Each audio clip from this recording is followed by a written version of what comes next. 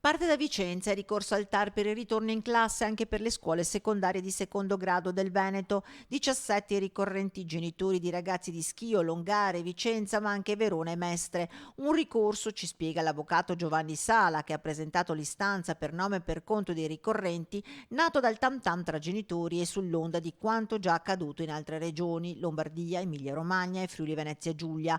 La richiesta è l'annullamento dell'ordinanza regionale numero 2 del 4 gennaio scorso, che prevede, ricordiamo, il mantenimento della didattica a distanza al 4% fino al 31 gennaio. Ricorso in cui si lavora molto sui tempi, intese date di emanazione di DPCM e ordinanza regionale e fasce colorate in cui la nostra regione ha transitato. Andiamo con ordine. Nel ricorso si sottolinea che, sino al 15 gennaio 2021, quando viene meno l'efficacia del DPCM del 3 dicembre 2020, non ci sarebbe spazio per una competenza regionale diretta a introdurre misure più restrittive.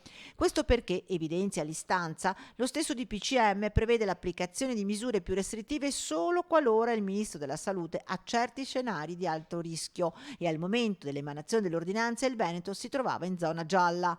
È solo dall'8 gennaio che il ministro Speranza pone la nostra regione in zona arancione, ministro che allo stesso tempo indicava come la didattica in presenza nelle scuole superiori fosse categoricamente da evitare soltanto nelle zone rosse. Previsione peraltro ribadita dal DPCM del 14 gennaio scorso, che ha confermato per il Veneto la zona arancione. Il provvedimento impugnato quindi, secondo i genitori che hanno presentato il ricorso, sarebbe illegittimo, in quanto emanato in violazione delle norme statali che hanno disciplinato l'assunzione delle scelte riguardo alla didattica a distanza durante il periodo di emergenza epidemiologica e pertanto andrebbe annullato. Il precedente non manca. In Emilia-Romagna un ricorso di 21 genitori per sospendere l'ordinanza per il prolungamento della DAD è stato accolto dal TAR regionale 3 giorni fa e oggi nella regione le scuole superiori hanno riaperto il 50% della capienza.